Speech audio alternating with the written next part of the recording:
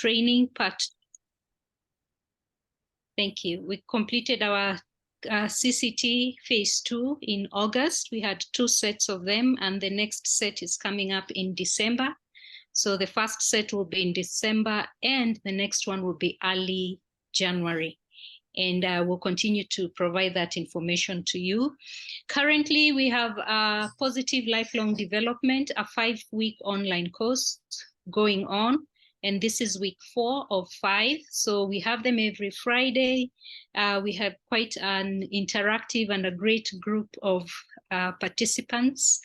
So we will have our day 4 tomorrow, and then our last class will end on the 6th of October.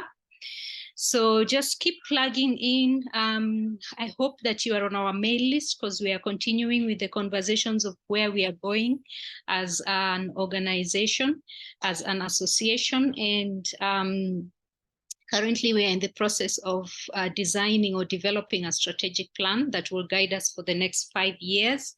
So if you get a questionnaire for you to fill out and give us ideas and give us your thoughts of how you want this association to move forward, please be sure to fill it out and respond to it, because your input matters. So once again, thank you very much. I am really, really delighted today to be moderating this session that is being run by Vivian Ondeng Agan. I hope I have said that middle name the right way. And Vivian is a member of Positive Psychology Association of Kenya. You know those members, you say member damu. I don't know if there is any online course you have not taken and any physical course you haven't taken. And then now beyond that, then she is also a member of the board now for the 2nd year. And right now she is the treasurer on the board, and we are really delighted to have her. Vivian is also an HR practitioner and has very valuable insights on the board in just how to manage the human resource space. Today, Vivian is going to talk about the role of positive psychology in HR practice. And Vivian, I do not want to take any more of your time. I would like to say karibu, and we are here looking forward to a very engaging and learning session. Karibu, Vivian. Thank you. Thank you very much, Dr. Chakua. Good evening, everybody. I am very happy and I am very pleased to be presenting today. I know that most of the members on call are actually psychologists, but I will make my effort of, bridging in HR and psychology as much as possible, because the point at which we have reached, they are somehow intertwined. So thank you. And for purposes of connectivity, you'll probably allow me to lock my video. I will intersparingly put it on and off, and maybe towards the end, I'll put it on again, just because I don't want my internet connectivity to be interfered with. So kindly allow me to block my video for now.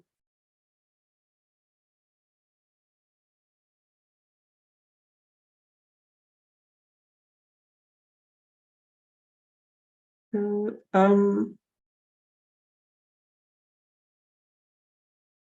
there you are.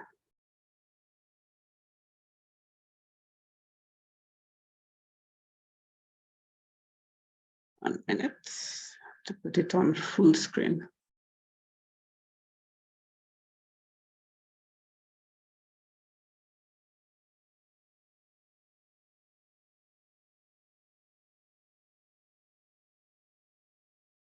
Is there any way it can come larger than that?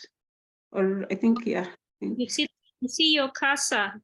If you go at the bottom left, bottom right, where there are notes, yes. Where you see where the notes are, just come to the bottom right, at the very bottom, then go to the next icon, that one. Okay, fine, great, thank you. Yes. Fine, so once again, good evening. As has been mentioned, my name is Vivian Agan. Ondeng is father's name, but for whatever reason it appears, or let's just say it's the M-Pesa name that appears on my M-Pesa. So this evening I'll be taking you through positive psychology and the role of HR leaders in promoting positive psychology at the workplace. So more or less, it's just positive psychology from the perspective of a HR practitioner. Before I start on that,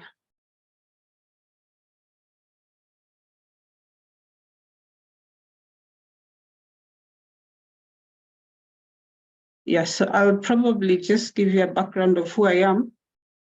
By training, I am banking and finance.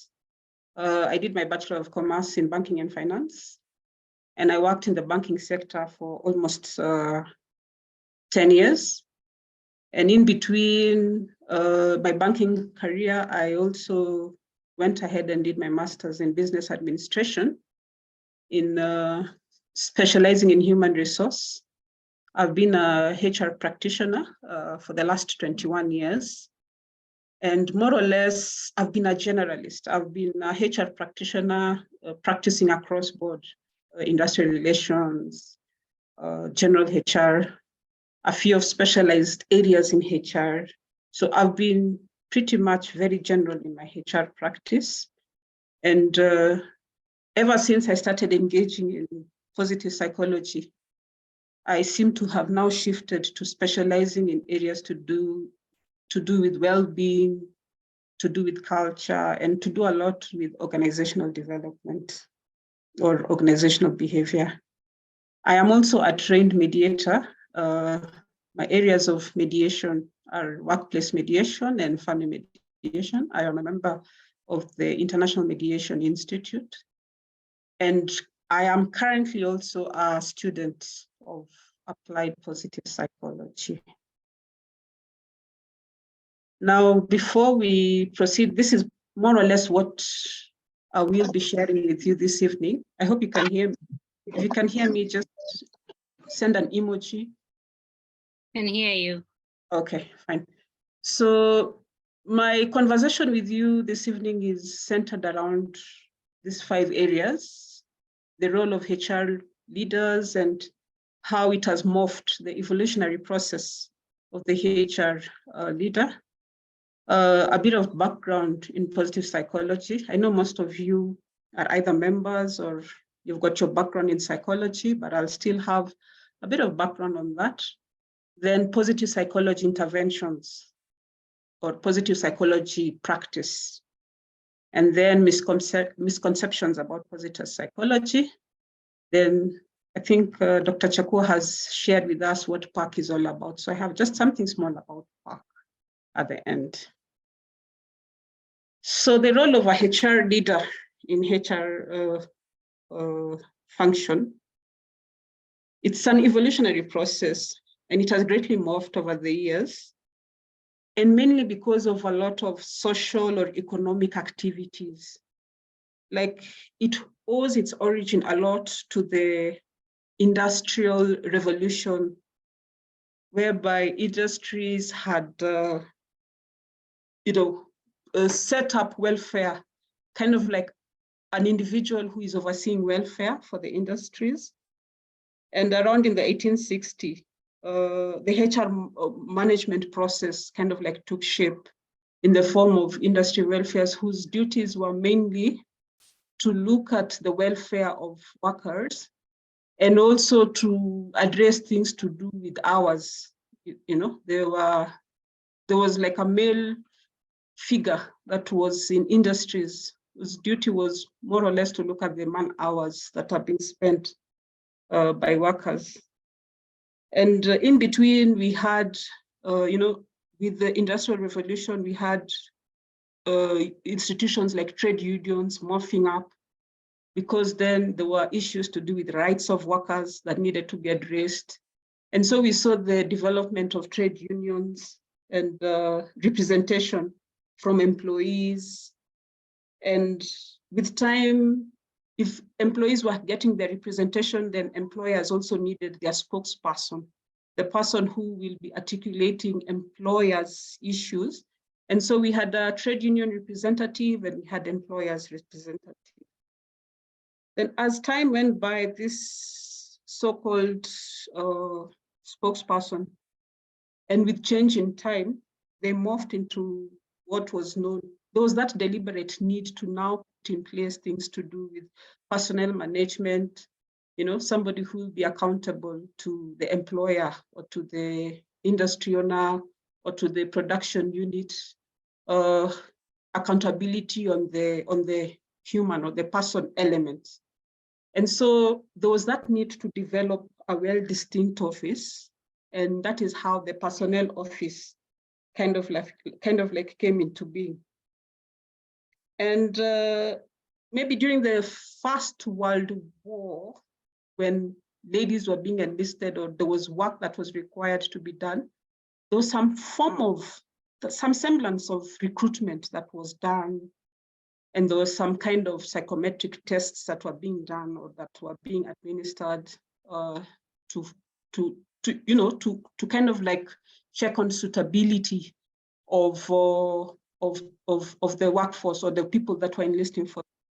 So you'll find that the HR profession more or less has been catapulted by things to do with the Industrial Revolution or the wars. There was a lot of enlisting of personnel. But with time, as time goes by, and maybe in the 70s, there was now that more developed activities for these roles. Remember, before they started off as just welfare officers or as people who are enlisting for the army or workers who are enlisting at the war areas. But around the 1970s, there was that now distinct development of other functions, other HR functions, like recruitment processes, selection processes, training and development and motivation of employees. So you'll find that a lot of that kind of like built up in the 70s when you could start seeing other functions that HR leaders are currently doing. And then in the 70s, rather in the 90s, 2000, in the advent of digital era, there was a lot of activities that were now being done by internet, by computers, by IT professionals. So now this kind of like started replacing traditional HR functions, and technology kind of like took shape. Technology kind of like took charge of most of the roles.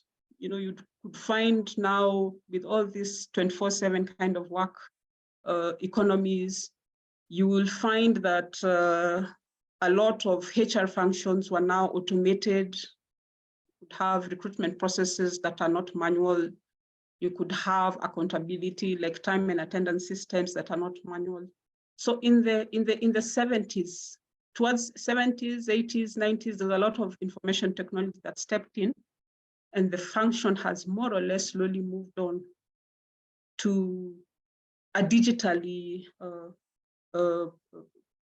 level or as digital space.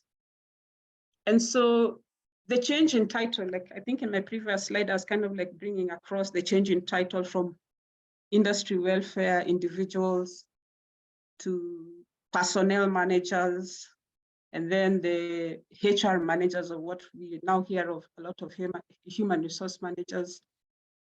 But currently, the current trends are such that the workforce or the workplace is looking at the human element as not only a resource, like in production, in an industry setup, there are various factors of production. There is the production unit, there is the finance, and there is, different elements that come in place for any production. And so for the longest time, human beings were also considered as part of that production space, like a resource in that production space. But of late, there are certain emerging trends that are coming up, and the HR professionals or the HR space is looking at them as not just a resource like your other resources, like your other production resources, or like other core business resources, So the human bit or the HR leaders kind of like now have been challenged, or there is a lot of strategic look into it to be more humanistic, and to be more people-centric. And so you'll find that in the current age at which we are in, there's a lot of change from human resource managers to people and culture managers, or people and culture heads, or people and, brand managers. So there is that moving away from humans being a resource to being people. Like, there is that deliberate effort to recognize that they're not just like your other factors of production, they are people. And so currently there are those that are happening, and that comes also with certain, changes. Like now the role, I think you can see on the screen, previously there were more, legalese. They had a lot of, like a human resource or a personal manager in the 70s was somebody feared and had a lot of those legal terminologies and what have you. But currently there is that shift. Like now there is a move from that, and now they are being perceived as people who you can go to, you go-to people. Previously, they were looked at as hirers and firers. But in the current trend, they are supposed to be enablers, like they are supposed to be empowering people. And the discourse of engagement, employee engagement, creating employee experiences. Previously, a HR or a personnel manager was seen as a police, quote unquote, of the organization. But currently, they are more or less like coaches, mentors, they're the thought leaders in the organization. Previously, there was a lot that they just did what management said, like if the Mukubwa says this is it, and that is what they did, But currently, there is that questioning, like you don't just do it because Mukubwa or it's in a policy somewhere. You argue it out and say, what is it to the benefit of the employee or of the people in your organization? Then there was little or no much technology then, right? But nowadays you'll find that the HR function largely relies on technology, right from the various systems and processes. Right now, you'll have online recruitments, you'll have online training, you'll have payroll that is automated, you'll have, even if you're working in a manufacturing setup, there are various clock, time and attendance systems. So there's a lot of shift in terms of technology as well. And as we even go further, there's a lot to do with data analytics, and all this artificial intelligence are coming into play. Previously, you'd always find that organizations focus so much on financial reporting, right? In terms of your P&L, your profit and loss, But nowadays, there is also reporting from the HR perspective. Like whenever you're doing your management report, there is that expectation that there'll be a report from HR. And in terms of probably the recruitment, the staff needs, the workforce planning that is required for that particular quarter or that particular year, you'll find that even when we are doing our budgeting process, it's no longer about, the finance bit of it. So you need to also plan for your workforce, how many people you'll need in the next quarter or the next year, what kind of work are you looking at? Yeah, so there's a lot of technology that has come into place. Then previously, HR were more or less like watu wa mkono. They didn't take part in the strategy or in the lead of strategy. But currently, you'll find that there is no strategy or any organizational strategy that can be developed without the input of HR. Like literally, it is all about HR, because you'll find that the implementation bit of it involves HR. The strategic outlook involves HR. So they have a place in all this. They have a place in all this. Then previously, HR was, like even in terms of management teams, was just a function, to take care of people. But nowadays, you'll find that in your current meetings or even in your current setups, you will not be able to have any specific discourse without input of HR. Be it whether you're planning a particular product, be it when you're thinking of a launch, product launch, or a marketing. Like literally, there's a lot of input that comes in from the HR perspective. So previously, there was also a lot of focus on what Wakulipa, they are just the payroll and compensation guys. But nowadays, there's a whole new level of not just payroll, but employee experience, you know. And for your employee experience, there has to be employee engagement. And employee experience is not just, like basically employee experience is what the perception of your employees have of your organization from the time they were recruited to the time that they exit, like literally how has the engagement been? And with the current trend, we are seeing that it's not just about salaries and payments and salary increments, but you'll find that employees want an environment that they can develop and that they can grow. And they're looking for cultures that are thriving. So the whole employee experience is a very important element in our current trends. So previously, the HR function was more or less like a cost center. You know, it was a place where staff costs were put together, you know, like accounted for, like how many manpower or how many, you know, the cost of each individual in every other department. But now we are finding that they are profit enablers. Like they are the ones who, you know, like would be a profit center. They are the revenue streams over various, they're not just a cost, right? They are literally a revenue or an income earner. And I think when Robert Kaplan and David Norton put together the balance scorecard. The balance scorecard is actually a performance measurement matrix that is used to measure performance. And the thought process behind it was that performance is not just about your profit and loss. It's not just about the amount of income that you get, but he brought in other elements and he brought in other things to do with the people in that particular organization, you know, the engagement levels that they have, or like the effort levels that they put in the organization. So he brought the people, the 4 perspectives in any balance scorecard. So there was the financial, for the longest time, most corporates or most organizations focused on profit or on loss, profit and loss. But now with Robert Kaplan and David Norton in the balance scorecard, they literally brought out that, hold on, there's more than just profit, or there's more than just money. There are also people in your organization. So how have they developed? And how can their development or how can their growth be measured? Or what kind of metrics do you have to measure the growth and development of your organization? And so this is more or less what, I don't know, it's a bit blurry, but this is more or less what the HRM process is all about. It starts off with recruitment. Your recruitment process can either be an internal recruitment, meaning that you're filling in an internal opportunity that has arisen, and you have internal candidates who can easily fill in such a position.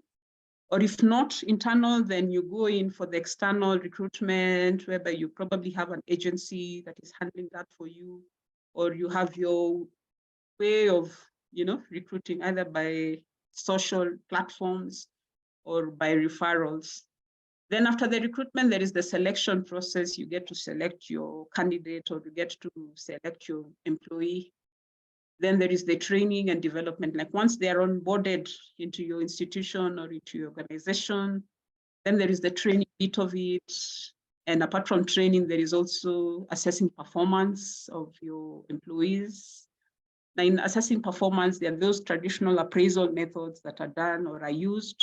And there are those more modern ones that are more or less a matrix that is used to measure on performance, that is agreed upon beforehand, or it's a dashboard, or it's a system, HRMS, Human Resource Information System, that has such modules that will address your performance on a day-to-day basis or on a weekly basis or quarterly basis or whatever the frequency is. Then there is the element of motivating your employees, and as I've mentioned in my previous slide, the current employee is not just about money. There is more to it than just income, or there's more to it than just a salary. So then there are various things that will need to be addressed in terms of motivation. What are the kind of rewards and benefits that your organization has? What are the kind of recognition that your organization has? What kind of recognition efforts do you have? Then even in training, there are various trainings, whether they are on-job trainings or whether they're external training. Apart from motivation and recognition, there is also compensating them for their work, maintaining labor relations, good labor relations, healthy welfare and safety of employees, and then also compliance with the statutory or regulatory authorities. Then now, where HR is going to, and I think I've also mentioned a bit of it before, or where HR right now is, companies are redefining their employee engagement and employee experience techniques and benefit packages. And this is so big right now. I think in yesterday's Business Daily, there was actually a whole pull out on wellness. And I think EABL brought out how wellness is contributing towards engagement of employees. So it's more than just the income, it's also how they spend their average hours in the office, how connected are they in their workplace. Then there is a lot of shift from offline to online work or hybrid work experiences. They don't have to come to the office anymore. They can work remotely. And so organizations are faced with those challenges, or those have to be strategic enough to think of how to encompass this new phenomenon of hybrid work, because I think post-COVID, and COVID really catapulted a lot of things. Like, it literally was an eye-opener for so many things, work from home and stuffs like those. Then also a lot of team cohesionness, team buildings, team bondings. Those are the like most of all these organizations, those are the things or the spaces that they are looking into or going into, because there is that need for it, or there is that demand for it from your employees. Then, of course, things to do with fitness, yoga. We have organizations that do Zumba in the morning, Zumba classes and what have you. Then also other sessions on mindfulness or other mindful activities. So there's a lot of such things. Like, you'll find that even in the employee value proposition, like if, say, for example, you're recruiting for any particular position, some of the interests that come across is what you also offer as a HR leader or as an organization over and above a job. Like, we are in that space whereby it's not just about work and pay, but post-work, what kind of policies do you have on work-life balance, and what kind of policies do you have on after work, activities. And I think even right now there is a bill in the Senate that is proposing for employees to disconnect after office hours, and for them to attend to any work-related items during office hours. Then there'll be need for permission. Like, literally, they just won't maybe pick your calls. I guess if it passes through, they just won't maybe pick your calls when you call them after office hours, or when you need them to be at the office after office hours, or when you want them to be at the office on a weekend. So I guess if that bill passes, of course, it's got all sorts of lobby groups lobbying against it. I know FKE, the Federation of Kenya Employers, has mounted a whole lot of, opposition against it. Yeah, so most employers are opposing it, but really that is the reality that workspaces are looking at. Then, of course, also there is employee upskill programs, like what kind of training or development opportunities do you have at your workplace? Or what kind of training and development opportunities can you offer to your employees, online training, staff developments. And the trend is such that it's not just about academic support or academic training or academic education support. What kind of professional certifications can your employees, receive while they're in your organization? So there's a lot of emphasis on upskills of your employee. Then number 5 is very huge and very, like it's literally the core of everything. Investing in your culture.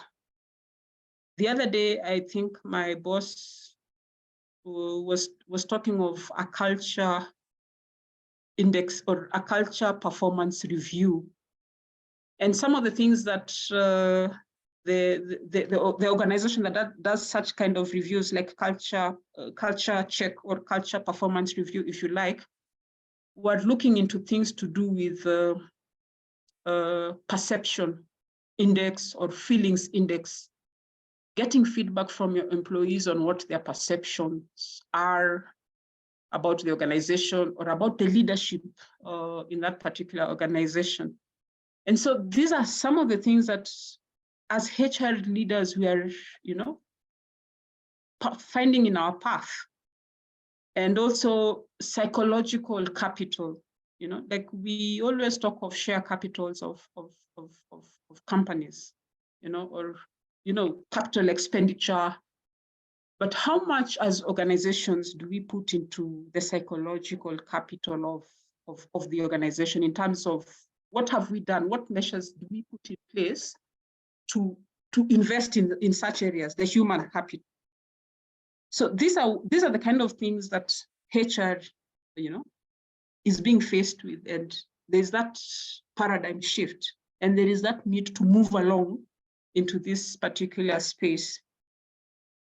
Then I'll go into I'll touch on positive psychology, more or less the background.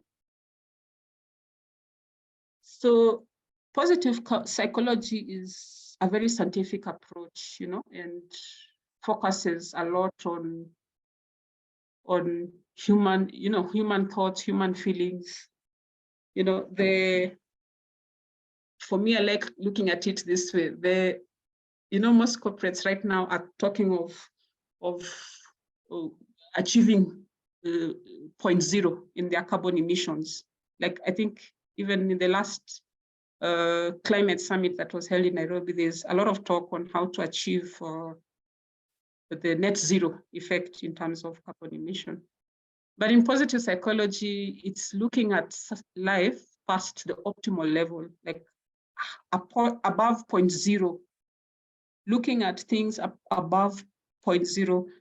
It's not just focusing on how the negative things like the weaknesses or the stress or disorders, but above that, what are all those other traits that can make you live life above the 0 level, right? So there is the good life. It's more or less about happiness and well-being. It focuses largely on happiness and well-being, and taking the lives of average people up to great, like not just average, not just people who are unwell or not just illness, but it's about moving above that particular level at which we are on. So the conventional, or what I'd like to call the traditional psychology, largely focused on people who are struggling to be normal, quote unquote. So positive psychology is also, it's about happiness, it's about joy, it's about inspiration, it's about love. And it's also about this positive states or positive traits, if you like, gratitude, resilience, compassion, optimism. And then also there are those principles, that apply in all organizations and institutions. So it's a lot to do with character strength, optimism, life satisfaction, happiness, well-being, gratitude, compassion, self-esteem, self-confidence, and hope elevation. And if I'm moving too fast, you can always stop me. So positive psychology key areas, it's a branch of philosophy. So it as I've mentioned, it contributes to the optimal functioning of people and groups and institutions, you know, and positive subjects, experiences, and individual traits. It aims at improving the quality of life, you know, against the past perception of psychology that was all about pathology or about the sicknesses or about mental illness or, you know, the maladaptive behavior or the, you know, the negative thinking process. So these are the influencers, or what I would say the key influencers of positive psychology. And they're really what made, they're the people behind what made positive psychology what it is today. I know there are many others, but these are just the 5 that I have picked out. So when it comes to William James, he was concerned about why some people seemed to be able to thrive, you know, and overcome adversity, while others developed mental health and problems, like why some people would be able to go beyond their difficulties, but some would be able to thrive along it. So many considered him as America's first positive psychologist because of his interest in the whole person functioning, you know. Then there is Abraham Maslow, and Maslow more or less was the first one to term the word positive psychology, right? In his book called The Motivation of Personality. And like William James, he also really was, you know, bothered on why psychology had a preoccupation with only disorder and dysfunction, and argued that it lacked in accurate understanding of human potential. So according to Maslow, you know, he felt that psychology neglected to investigate on human virtues and aspirations. Then there is Martin Seligman, who more or less is the father of positive psychology.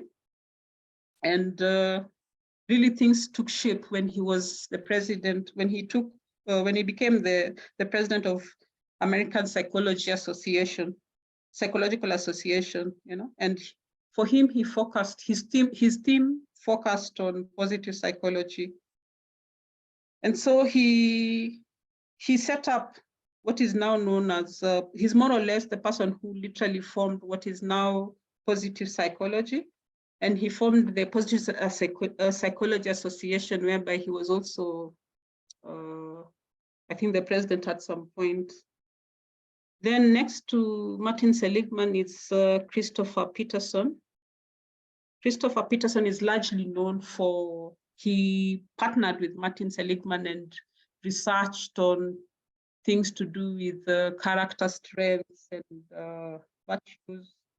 And they're the ones that, you know, put together the manual on character strengths and virtues.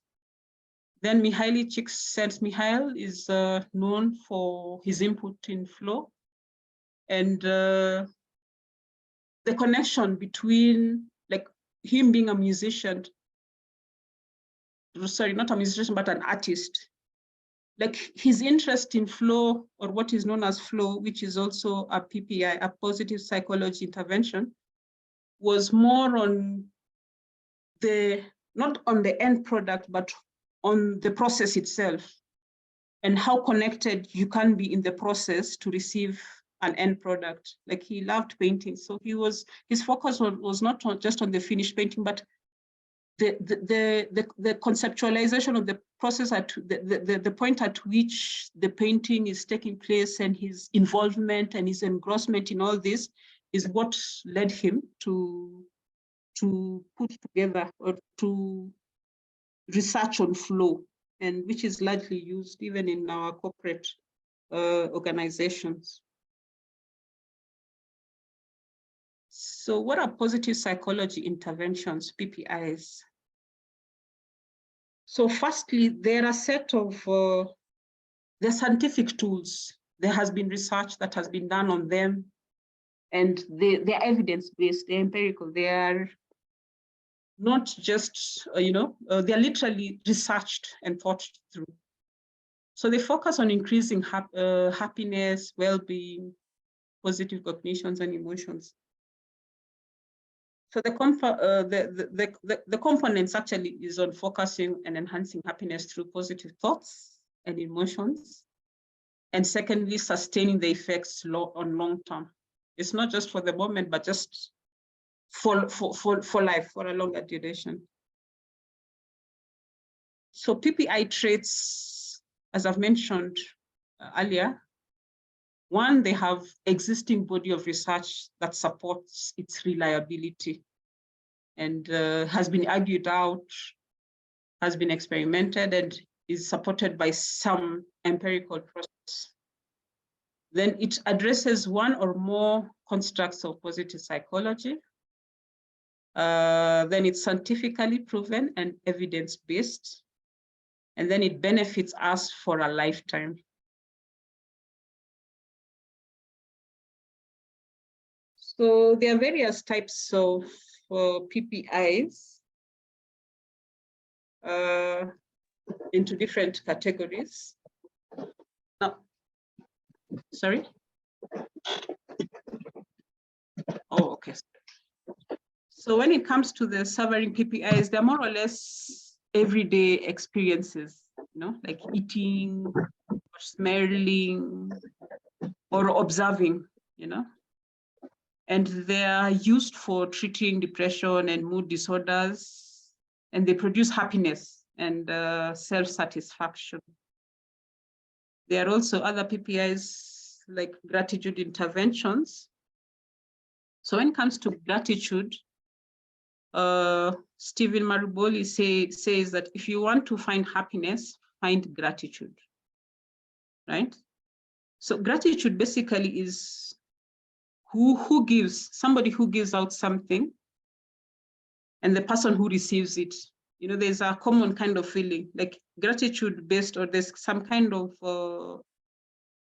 positive feeling that is evoked, when you're grateful, both by the person, giving out, or rather the person receiving gratitude and the person giving it out. And so there are two types of gratitudes, there are two categories. There are those that are self-reflective practices, like maybe something like a gratitude journal that we may keep ourselves, or use as a tool of self-expression. And then there are those that are interactive methods where we, actively express our gratitude, like we say thank you to others, or we give small tokens of appreciation, or by paying gratitude visits, like basically being deliberate about being grateful. Like in our traditional African context, if somebody probably gave you, came to your home and gave you food, or gave you food in their food container, so usually what used to happen is that when you're returning their container, you wouldn't return it without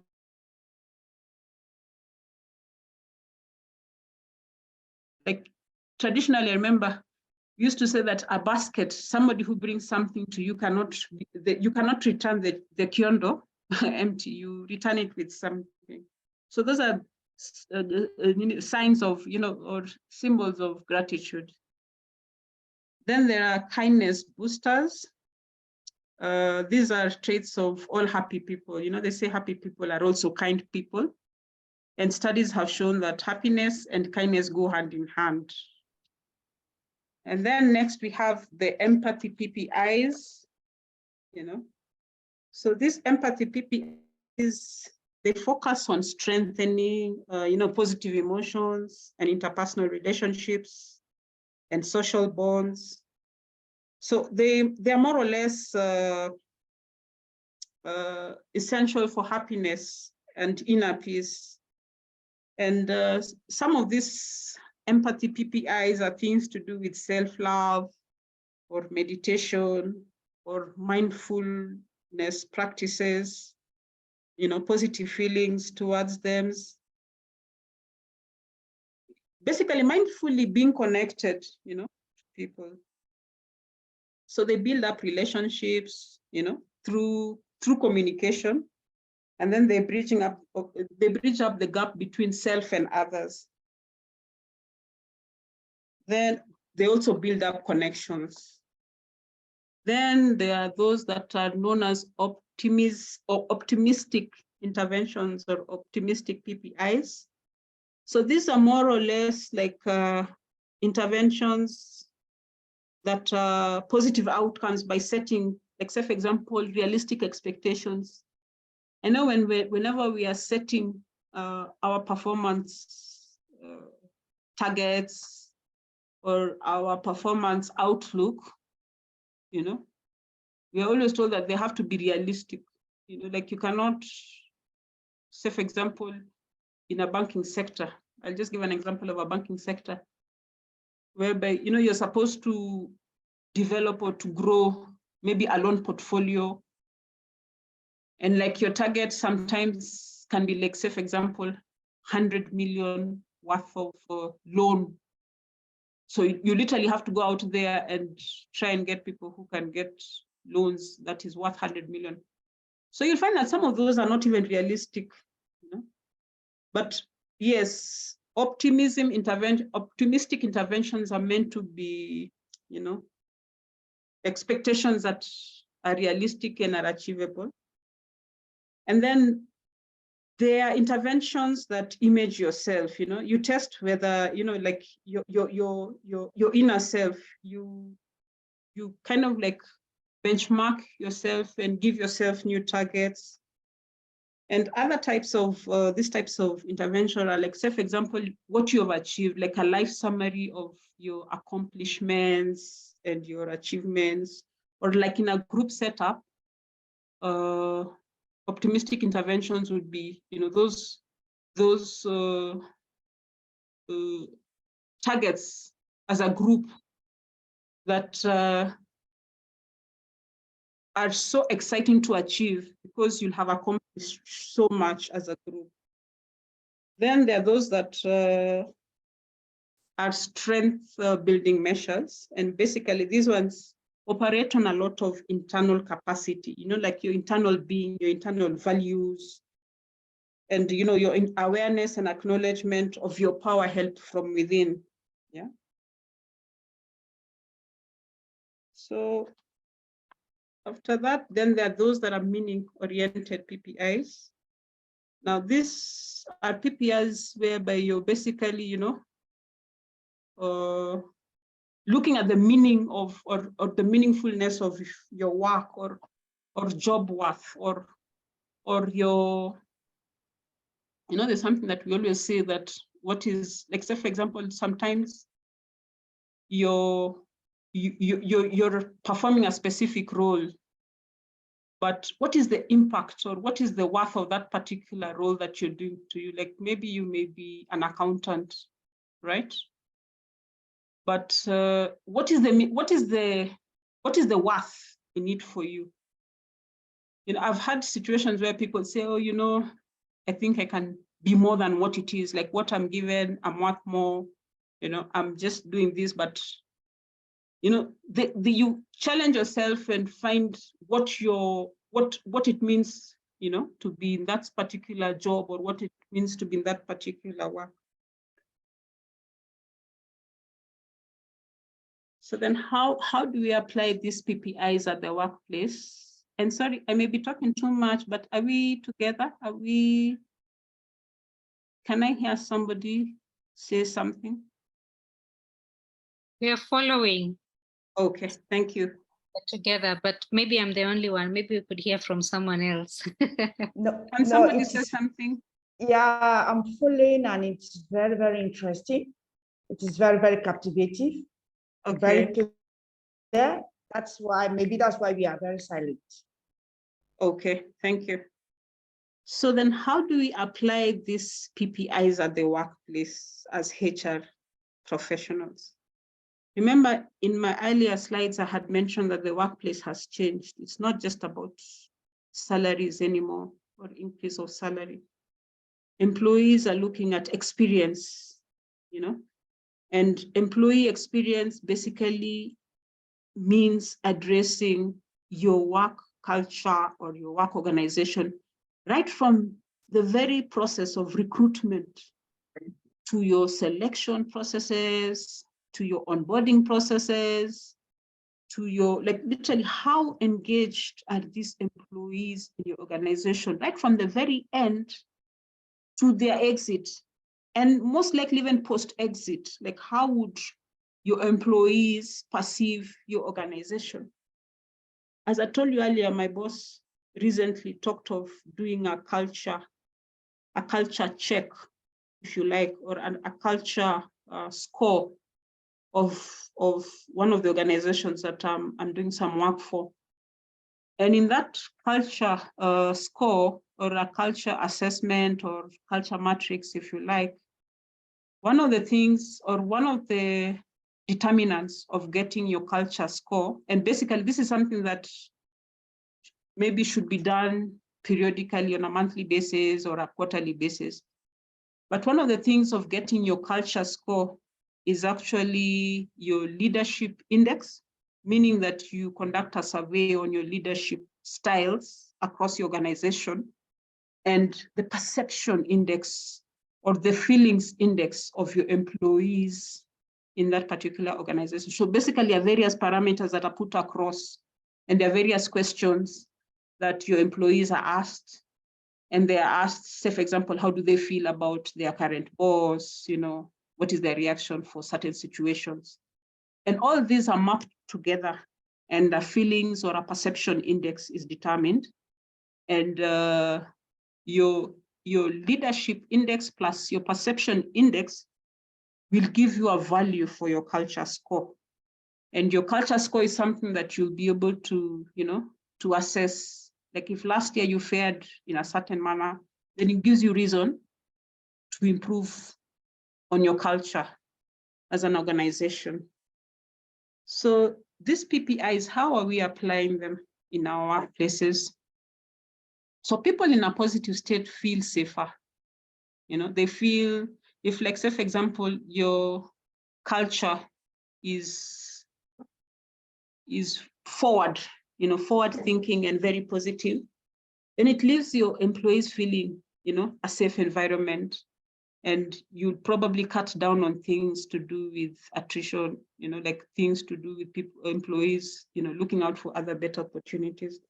Because it's not just money. Nowadays, it's the safe feeling in a particular place, So then once they are safe in your environment, then they're opening to learning new experiences. They're open to training, they're open to other areas, and they become more creative, they become more creative, and they're more collaborative in the process. Like in terms of group dynamics or group cohesion, they are more intertwined and they operate as a team. Then they will thrive when they are happier. Their productivity is much better than when they're happier. Then people also want to live purposeful lives. They want to be happy and they want to be their best selves.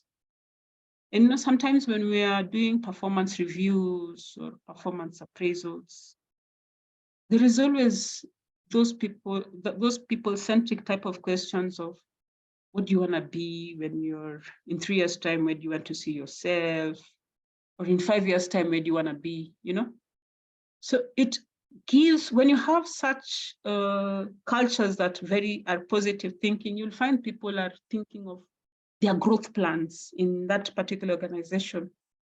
They don't want just to enter at an entry level, and in 5 years down the line, they're more or less, the upward mobility is a very limited one.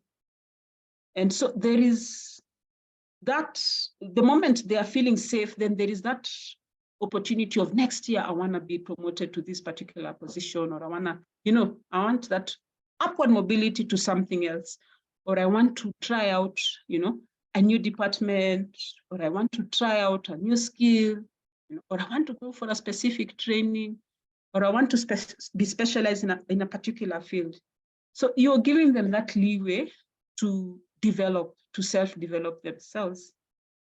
Then also there is a lot of innovation in such environments. Like when, say, for example, you focus on your employees' strengths, like if you realize that you have a certain strength in specific employees, then you allow them to be, and especially, you'll always find employees who are so free-spirited and they are willing to, try out new things. They'll probably come up to you and tell you that this can be done better, or there can be a more efficient process in this particular field. Or they'll always tell you, oh, I've Googled or I've searched and I've seen that there's a software that can address this or that, or this or that, or the other. So the environment allows them to be free-spirited and thinking in that way. And then they're more creative, as I've mentioned, and they live more purposeful lives.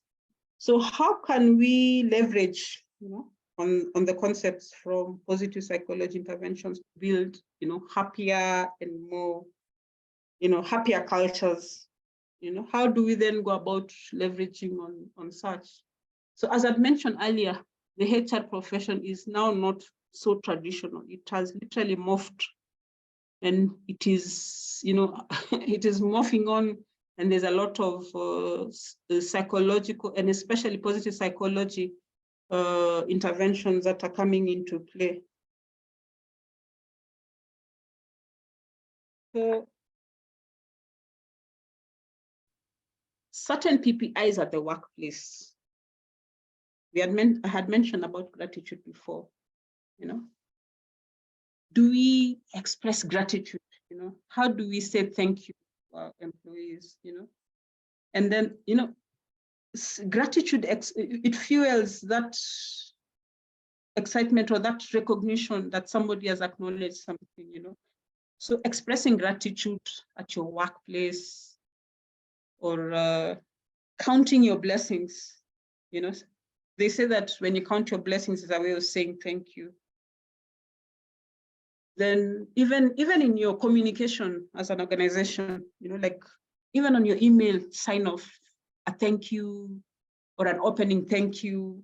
When you start out in meetings or when you end your meetings, those gratitude check-ins that, are very, they're very intangible, yet again, very important for our health. Then building connections, and building connection basically is celebrating the events, and the successes of our people or of our employees, Do we have a personal way of, acknowledging these achievements at the workplace?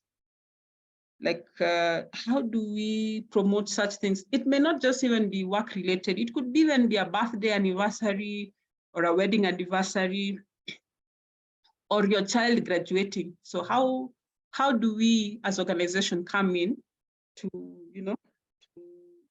to step in such areas? Then there are those that they're known as culture boosters. They naturally exude a lot of positivity. Like they are culture energizers. How do we maximize on? Because we have varied personalities in the workplace.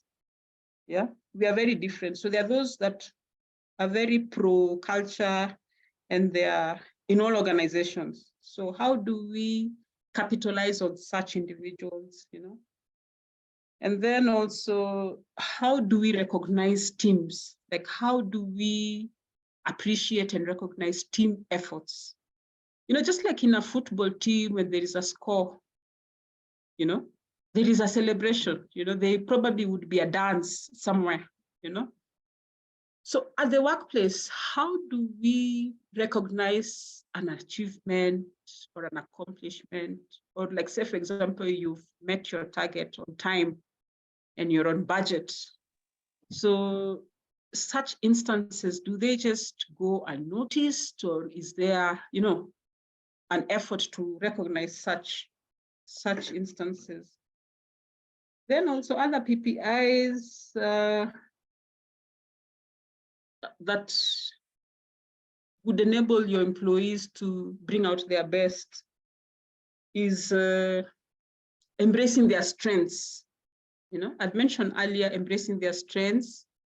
And, sometimes even when you're doing a performance review, you focus, we probably tend to be very critical. You've not met your target, or you've got a discipline issue, or you're, either way. But the focus should largely be on what also they are capable of doing. Like, what are their strengths? And how can they nurture their strength to overcome these deficiencies that they may have in their performance, for example? Like, what is it they're so good at that they can be able to, like, say if I have issues to do with time management at my workplace, but I may be good at other things. So how is it that I'm able to use what I'm good in to kind of like outdo this weakness that I have in time management? Then also meaningful work. And as I'd mentioned earlier, what is in it for you as an employee in terms of meaningful work? Do you get a sense of feeling of accomplishment when you work? So basically, meaningful work is like considered as an individual judgment regarding their own work and the value that they derive from their work. Like, what would be the value that you're getting from that particular work?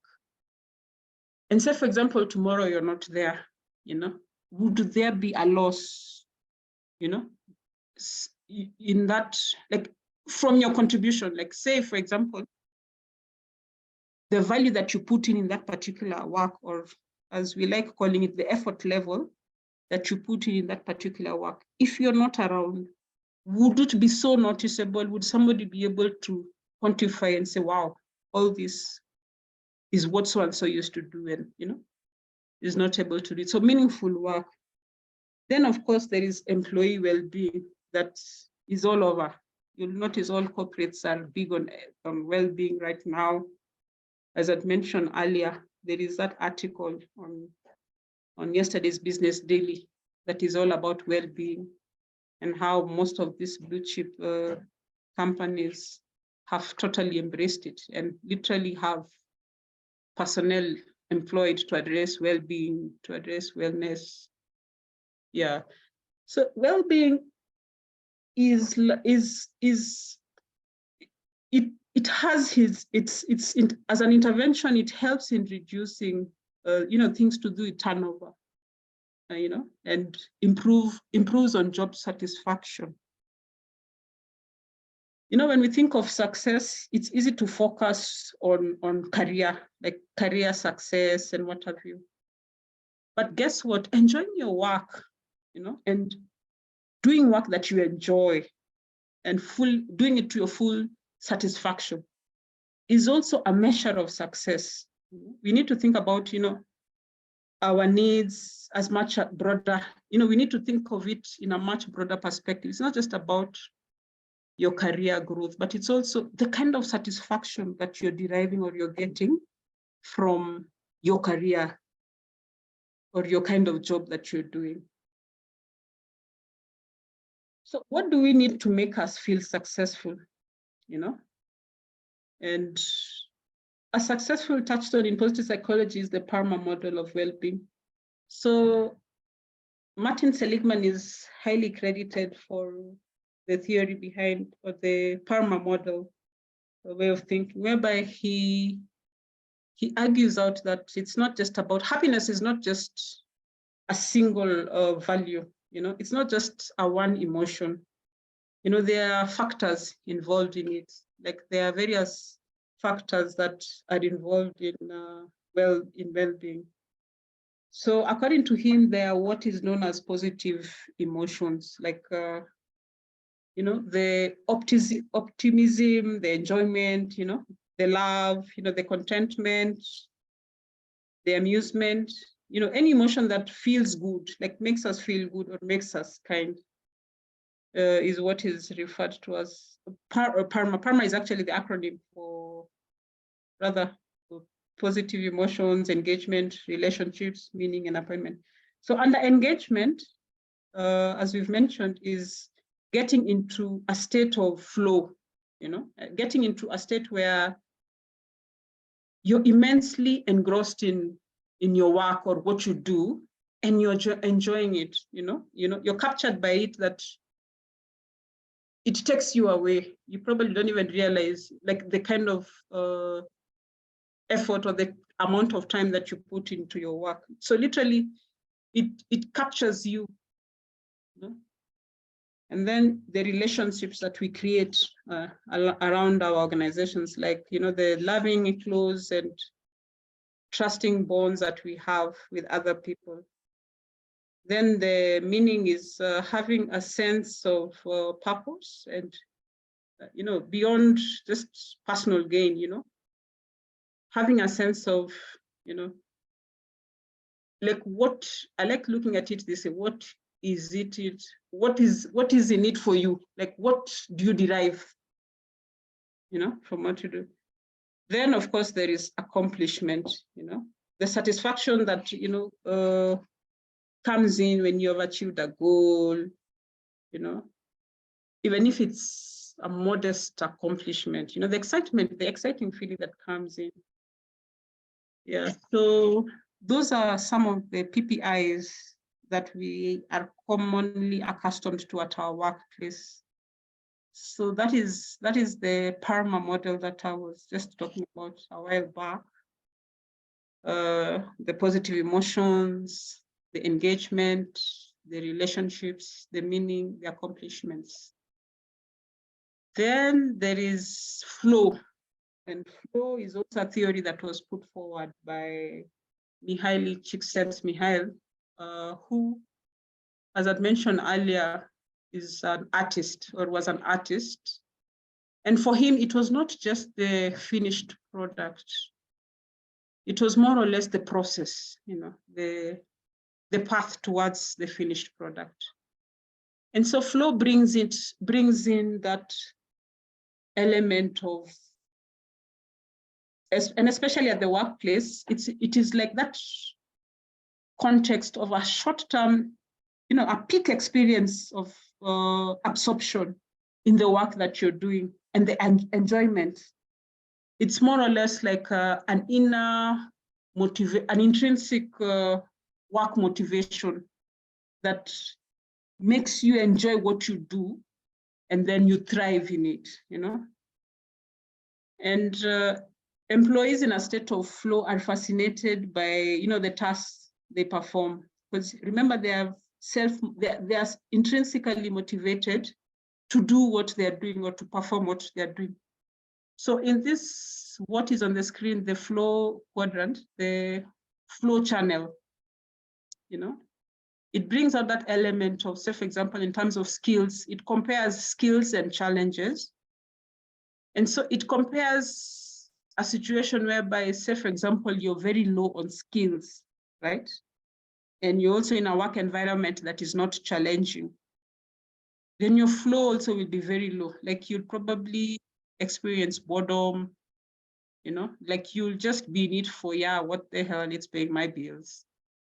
Yeah, and then there are situations whereby your skills move from a low level to a high level, right? But you're not challenged enough. Like, you find that sometimes in a work environment, somebody has trained or has gotten a certain level of training, but whatever they do is not exciting them enough. Like, they are not able to actualize, or they're not able to fully bring out themselves in what they do, maybe because the job is not challenging. And so you'll find that, you know, many at times when you ask somebody in an interview, so why did you leave that particular job? Then they'll be like, oh, I wanted greener pastures, I wanted something more challenging. And maybe because they were at this level, they are trained, they are skilled, but the environment is not challenging them enough. Then on the other axis, you can be having very high challenge, right? You've got opportunities, you've got these targets, but when your skills are low, right? When your skills are low, but you're in an environment whereby you've got these very high targets, right? Then you'll end up feeling frustrated. You'll always have anxiety. You'll always have stress, you know, stress related. You probably would be the person who would not want to be in the office the next day because, you know, you fear, you've got all these things running through your head simply because whatever has been put forward to you, you're not able to do it. Like you've not been kept in a place that is within your reach in terms of your skills and in terms of your qualifications. And I'll give an example in say, for example, a banking setup. And I like giving the examples of loans and targets. And I'll still give that example of, say, for example, you've got a target, right? To bring in a loan portfolio of almost 100 million. But no one tells you how you're going to bring in that 100 million portfolio. Like maybe you're lacking in marketing skills. Maybe you're lacking in negotiation skills. You know, maybe currently the economy, the current economic setup will not allow you to sell out your loan portfolio up to 100 million. Like who is having money right now? You know, we are being heavily taxed. So who would, you know, like how would you go about getting people to buy your loan, you know, portfolio? And so you'll find that you don't have know-how. Like technically you don't have the know-how, but you've got this very challenging environment. So flow basically brings in some kind of equilibrium. Like you need to be high on both ends, right? To be able to fit within the flow channel or what is called the flow zone. And at the flow zone is when you find that total engagement, you know, and those would be the people who are very excited about being at work, you know, they're very early, and there's a lot of, they exuberate a lot of confidence in what they do and in their work, and they're meeting their timelines. Yeah, so they're the types who are very excited to be in a work environment because they're at their peak of the flow zone or the flow channel. So now there are certain misconceptions about positive psychology. As I've mentioned earlier, it's a new, it's more or less some 20 or so years old in terms of psychology. And the conventional psychology maybe brings in certain arguments about positive psychology. And some of them are, you know, it's not just about happiness. Like it's not just about feeling good, right? So some of those are, it's not that people should be happy all the time or are most of the time happy. So positive psychology aims to understand what is right with people, not just what is wrong, but what is right and beyond what is right. Like, as I'd mentioned earlier, it's about operating past the optimal level. So it's beyond the 0.0 on what is good. It's preventative. It's not focused on treatments. So it's not about promoting happyology or ignoring the realities of negative experiences. They are there, you know, but it attempts to address both. So it does not prescribe specific levels of happiness, you know. It doesn't prescribe, like, it doesn't mean that when you're in positive psychology, there is some kind of, you still experience these negative traits as well, right? So it's not just about illness. Sorry, it's not just about illness or health, it's about work, it's about, as we had seen earlier, other things like education, insights, love, growth, realities of life.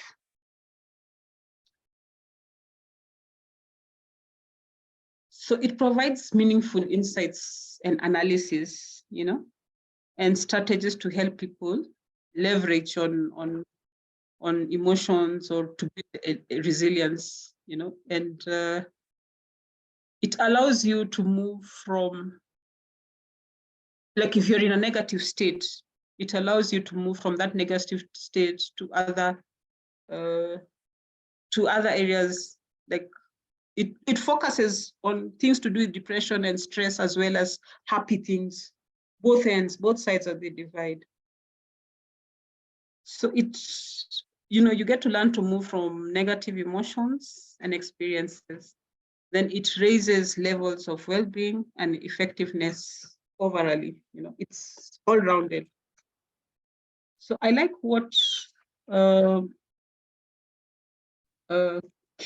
Corey Keyes puts across. It's not that the fact that there is absence of illness that you're healthy. You could be there could be absence of illness, but that's not a direct relation of being healthy. Yeah. So there's that perception that in the two ends of positive, or in the two ends of the divide, some kind of continuum. It's not that when you're not ill, then you're healthy, right? But positive psychology allows you to look at it from that mind frame. So the absence of mental illness does not equate it to presence of mental health. So treating or preventing mental illness will not by itself result in a greater mental health. So it's a conjunction between flourishing and the opposite, which is languishing. Then lastly, about Positive Psychology Association of Kenya. It was formed and registered in Kenya in January of 2020. So its key objectives is propagating the narrative within Kenya and beyond the region. And so it has membership that are in different spheres of psychology. You have counselors, and it cuts across different sectors, including different professions that are non-psychology related. So it has a very well-defined program, or it has very well-defined programs on character coaching and well-being and other trainings. And for inquiries, I've kept an email at the bottom there on how to enlist as members, or how to engage in PAC activities and trainings. You can always reach out on email. And I think Dr. Chakua had mentioned that she will also share an email address or a link. So I'd like to end my presentation at this point and welcome any comments or any discussions or any questions coming in. Thank you. Thank you very much. I hope you all can hear me. I have posted the link to join in the chat. Thank you, Vivian, so much. This was very informative, walking us through the history of HR, right from the days of discipline and industry, and focusing where HR was only about welfare to where now there's a lot of people-centered concepts, and really just looking at the well-being of the individual. And I know that there are many things we would like to say and questions, so I want to open this up. Send your questions, your gratitudes to Vivian. you're a very good blend between HR, having worked that history. Did you say 20 years in that? Yes, 20 years. 21 That's, this year is my 21st year in HR practice. all right, wonderful. So now you're really able to articulate the journey the way it has been and marry it now with what it is you're learning as an applied positive psychology practitioner. I didn't know you're a student of applied positive psychology. That is really exciting. So thank you very much. I think, please, let's just, what did we learn? What are our questions? What are our comments as we even just begin to wind down? Because we want to wind down at least by the top of the hour. There was a question, there was a comment here by Mary. I really, first of all, Mary said, thank you for the talk. HR is a very important area in many people's work life, really. So thank you. Thank you for putting it together. It was really articulate, well researched, and also very simple. I've really enjoyed listening in. Mary says the strong opposition by the Federation, FKE, might signal in reality employers are still in industrial age, which is an opportunity. Yes, it's an opportunity for us. And I think we're getting opposition across the board. In education, we are getting opposition. You know, we still, as much as, yes, there's CVC, but we still, it's just easier to slip back into what is familiar, what is punitive, focusing only on the negative and still having conversations that are a little bit too traditional for the current child and children that we are raising. So, there's opposition in the different spaces, but it is true, Mary, that this is an opportunity for us. But maybe I'll just give it back to you, Vivian. What do you think about this comment? Yes, I know there's a lot of opposition to it. So basically, FKE largely looks out at the welfare, more or less, of the employer. Like, it's literally just a lobby group of all employers or most employers. So from their perspective, their biggest fear is what impact will such legislation have on the work of individuals? Because already you'll find that if the law is passed and I need to work even from home after office hours, even when I'm working from home, then if my hours are 8 hours, by 5, I will stop work. And picking calls past 5 also, you know. So what does that, what kind of outlook does that bring to the workforce or to the employer? Like, at the end of the day, employer also has various targets or various deliverables that they are probably answerable to the board. And so what they probably are looking at is, if there is already the concept of overtime, right? The argument or the rationale is, if there is already overtime, so why should there be, according to them, it's very punitive, first of all, to have this disconnect past 5 or past office hours. So their argument is that if you're already paying overtime for work that is worked past office hours, so why should we have a legislation in place? So they find it punitive, and their biggest worry is, I mean, if you call me at 6 o'clock on a Friday, I'll tell you, no, it's past my office hours. So there'll be a lot of that happening. Or if you call me on a Saturday. So the legislation needs to be thought through. And apart from thought through, there has to be public participation from all bodies, not just FKE and the employer groups, but also the employees, on how to put together such legislation so that at the end of the day, we get to achieve what it intended to deliver, and more or less a lot to do with work-life balance. So I think maybe what needs to be done is a lot of public participation in the whole process, so that employers also don't feel, you know, that they are being gagged or they are being gauged, and employees also are able to disconnect past office hours.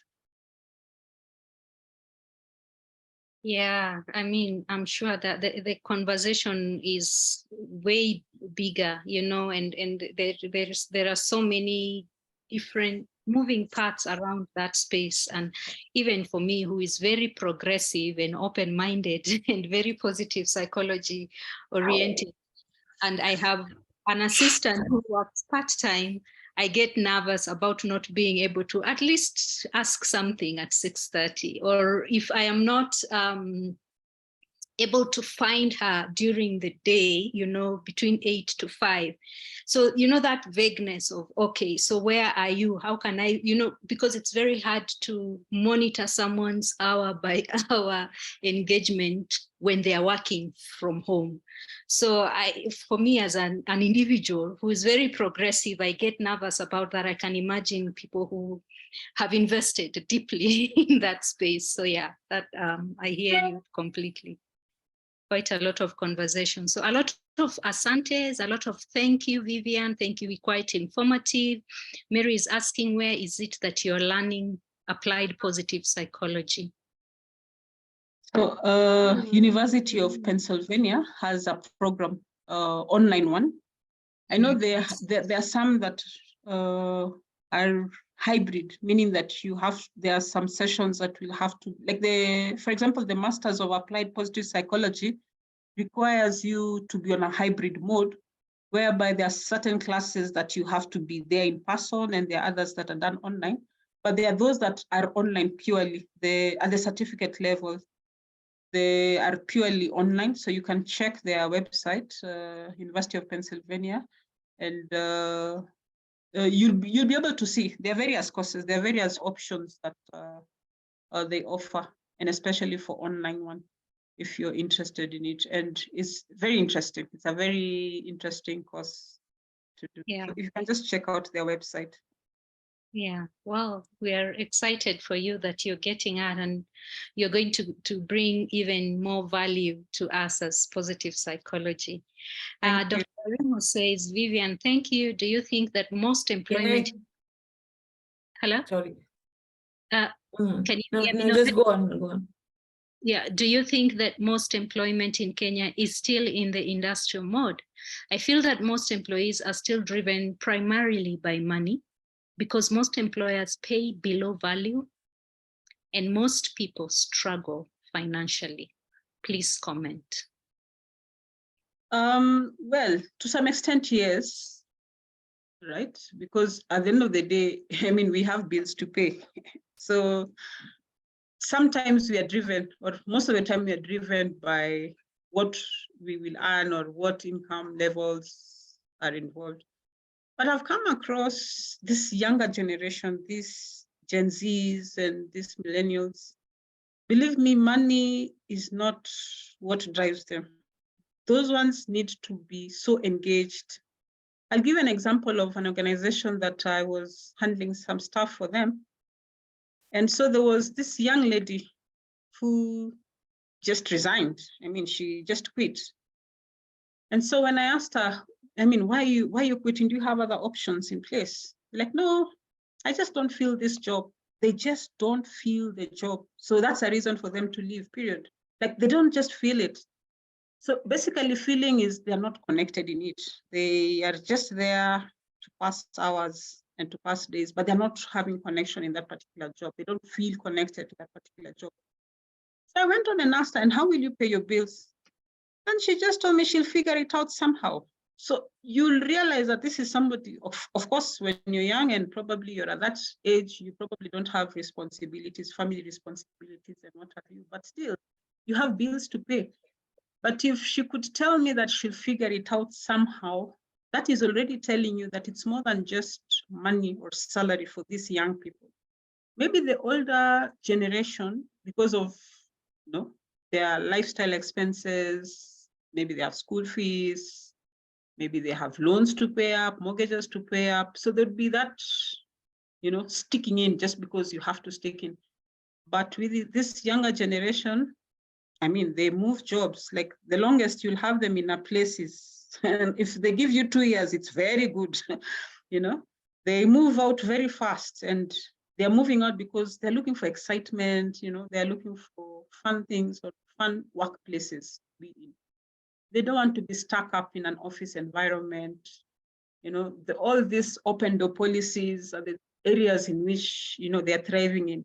So yes, to some extent, yes, certain areas or certain organization, but you'll find that, and especially most of the IT companies, the Googles and all those, it's more than just money. It's the experience that the employees go through that really counts for them. Yeah, so it's not just the money thing. And there are people who literally just wake up and leave even without knowing where they're leaving to tomorrow. Like they will just tell you, I quit. And when you ask them, so how, how are you gonna move on? They're like, it's okay, I'll figure it out. So, if you're at that particular level, it's more than just money, but it's more than just being in a place because you need to be there to cater for your lifestyle. Thank you. Thank you. I think that's clear. It's generational as well. It's where we are at the moment, and the kind of the Gen Z especially. I experienced that as well. Munira, you had a comment as we wind down.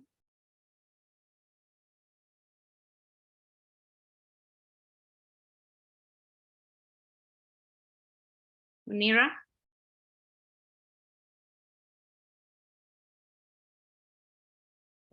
Okay. Mary says, I think Japan and some countries have such no calls after work policies, so the workers can rest. Maybe the wider culture. Sorry, somebody muted me. I don't know. Okay. So, no, I wanted to say I picked up two things. One is about growth. Throughout, you talked about growth. Employees are more interested in their growth. So it's more, people are moving towards self-actualization these days at work, isn't it? That's one. The other thing is, I picked up on engagement.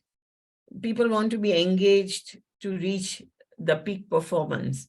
And, Martin Seligman has done a lot of research on achievement motivation, if you remember.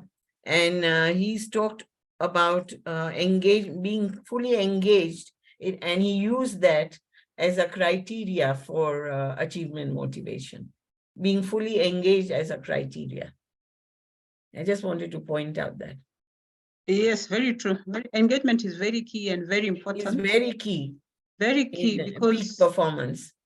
And not just engagement, like literally on the whole spectrum, the whole employment cycle, like at various levels, engagement is very, very key. And even for productivity, there has to be full like you said, this girl was not feeling connected, so she wanted to give up her job. So she didn't feel engaged totally. So that's why she wanted to give up the job. Yes. Right? Okay. Thank you. Thank you. I enjoyed I really liked the presentation. It was wonderful. Thank you. Thank you.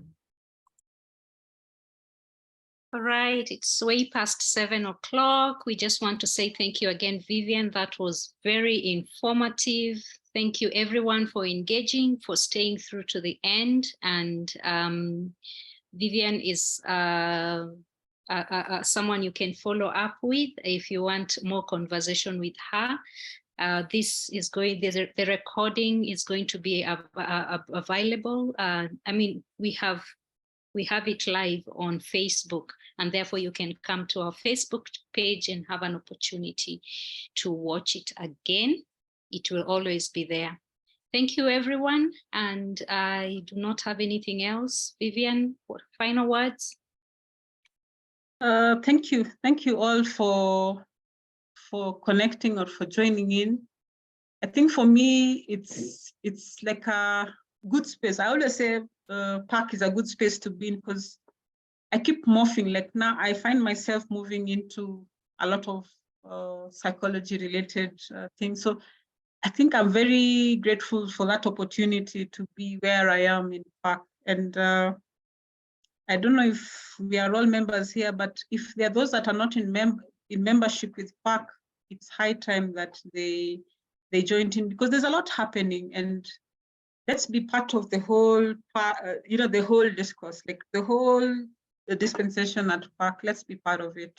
Thank you very much, Dr. Chakua.